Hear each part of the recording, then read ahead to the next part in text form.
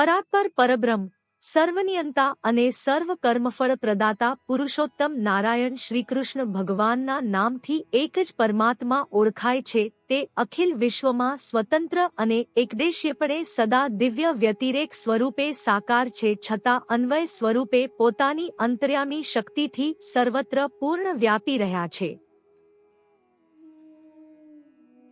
તે જ પરમાત્મા યોગમાયાએ કરીને પોતાની દિવ્ય અક્ષર ભૂમિકામાં રહ્યા છતાં અનંત કોટી બ્રહ્માંડોમાં સૃષ્ટિના સર્ગમાં પડેલા પોતાના પ્રિય ભક્તોના પરિત્રાણ માટે અને દુષ્ટતાને હટાવી સદ્ધર્મનું સ્થાપન કરવાના હેતુથી યુગે યુગે પ્રગટ થાય છે.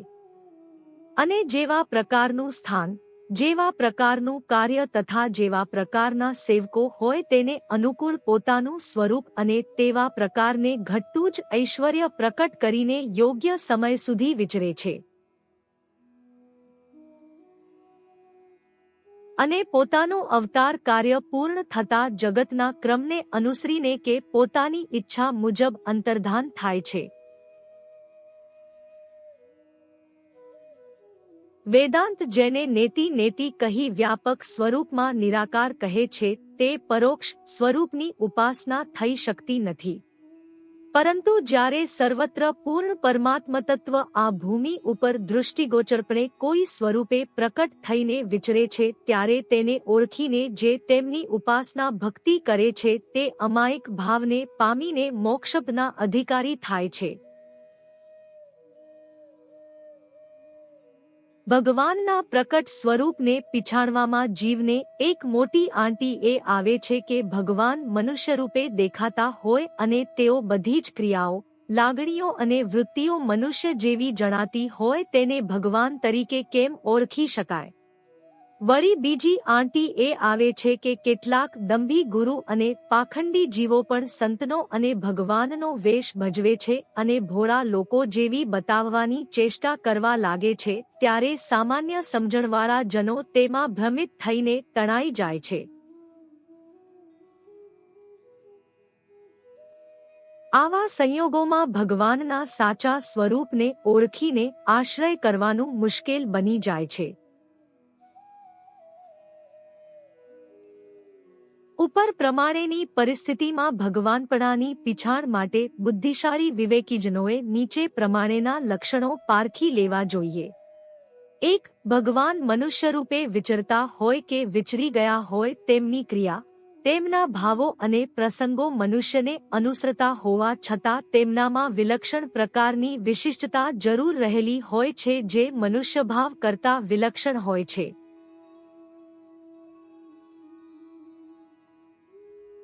જ્યારે કૃત્રિમ ભગવાનપણું કરનાર પાખંડીઓમાં વિશિષ્ટ તત્વ હોતું નથી તેથી તેનો દંભ લાંબો સમય ચાલતો નથી. 2. ભગવાનના માનવચિત્રોમાં હંમેશા પોતાનો દિવ્યભાવ ઢાંકીને માનવની સમાન ભૂમિકાએ રહેવાનો પ્રયત્ન હોય છે. તેમાં કોઈ ખાસ પ્રસંગે જ ઐશ્વર્ય દર્શન થઈ જાય છે. ત્યારે પાખંડી લોકો હંમેશા પોતાની કૃત્રિમ મહત્તાનું દર્શન કરાવવા માટે ઉત્સુક અને પ્રયત્નશીલ રહે છે અને ઐશ્વર્ય બતાવવાની અનેક સાચી ખોટી યોજનાઓ કરે છે તેમાં જ એની પાખંડી નબળાઈ ખુલ્લી પડી જાય છે.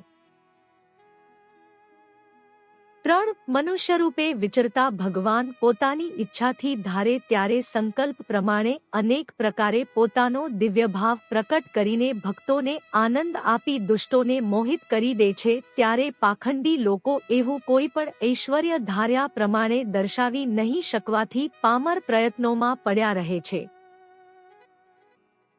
4. મનુષ્યરૂપે વિચરતા ભગવાન પોતાની કૃપામય દૃષ્ટિથી કે સંબંધ માત્રથી ગમે તેવા પાપી જીવને પણ સદમતીને માર્ગે મૂકી સંસ્કારી બનાવી દે છે ત્યારે પાખંડીથી કોઈ જીવના દોષો દૂર થઈ શકતા નથી. 5. પ્રકટ ભગવાનના સંબંધમાં આવેલા મુમુક્ષુઓ કે અન્ય જીવોના ઇન્દ્રિયો અને અંતઃકરણ ચુંબકમાં લોહની પેટે આકર્ષાઈ જાય છે ત્યારે પાખંડીઓ વિષી અને પામર મનુષ્યોની ઇન્દ્રિયોને મૂર્છિત કરી કે મોહ પમાડી શકે છે પણ અંતઃકરણ કે આત્મભાવને તેઓ સ્પર્શ કરી શકતા નથી. સૌથી મહાન વસ્તુ તો ભગવાન પ્રકટપણે જ્યારે વિચરતા હોય ત્યારે તે ગમે તેવી શુભાશુભ ક્રિયામાં પરોવાતા હોય છતાં તેમની આકાશ સમાન નિર્લેપતા સંગીપણું કાયમ હોય છે. માયાનો પાશ તેમને લાગતો નથી. એટલું જ નહીં પણ તેના સંબંધમાં આવતી માયિક ભાવવાળી વસ્તુઓ પણ અમાયિક ભાવવાળી બની જાય છે. ત્યારે પાખંડીઓના પ્રપંચ માયિક ભાવ તો પામતા જ નથી પણ ક્રમે ક્રમે તેના આચરણો માયિક વિકૃતિવાળા થઈ જાય છે અને અન્ય જનોને પણ વિકૃતિને માર્ગે વાળે છે. ઉપર પ્રમાણેના લક્ષણો પરમાત્માએ પ્રકટ કરેલા રામકૃષ્ણાદિક અવતાર સ્વરૂપોમાં જોઈ શકાય છે. તે અન્ય મનુષ્યોમાં ગમે તેટલી વિભૂતિ હોવા છતાં દૃષ્ટિગોચર થતા નથી.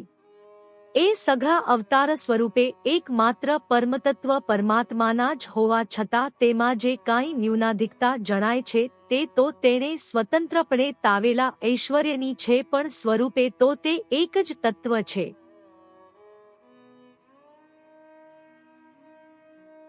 એ અવતાર દર્શન કંઈ અમુક યુગમાં જ થાય એમ પણ નથી. એ રીતે ધર્મની ગ્લાનિના અતિ વિષમ સમયે ભગવાન સ્વામિનારાયણ સ્વરૂપે પરમાત્માએ પ્રકટ થઈ અતિ અદ્ભુત અને સર્વશ્રેષ્ઠપણે પોતાના સ્વરૂપ, ચરિત્ર, સ્વભાવ અને ઐશ્વર્યથી અનેક મુમુક્ષુઓને અકિંચન, નિઃસ્પૃહી, નિર્વાસનિક, સ્થિતપ્રજ્ઞ અને નિર્વિકલ્પ સ્થિતિવાળા પરમ ભગવત એકાંતિક ભક્તો બનાવ્યા હતા.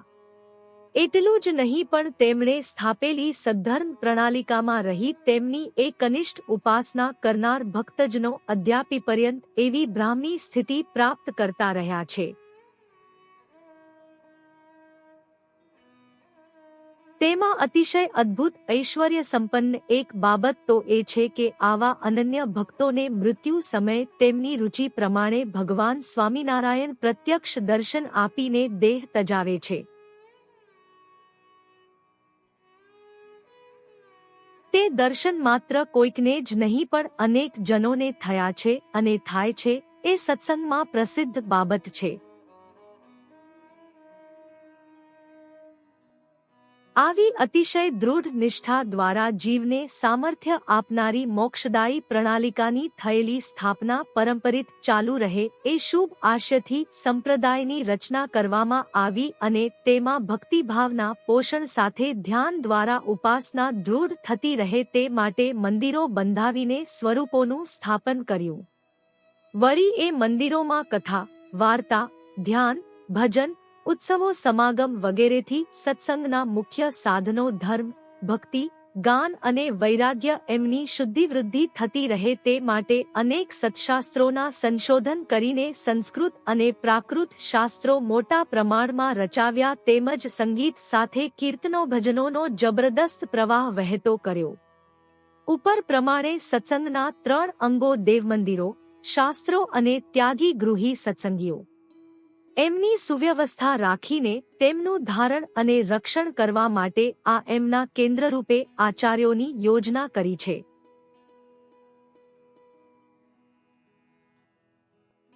આ આચાર્યોની પસંદગી તે સમયે વિદ્યમાન મહાસમર્થ ત્યાગી ગૃહી દીર્ઘદૃષ્ટિવાળા અનુયાયીઓની ઈચ્છા પ્રમાણે ધર્મવંશમાંથી કરવામાં આવી છે.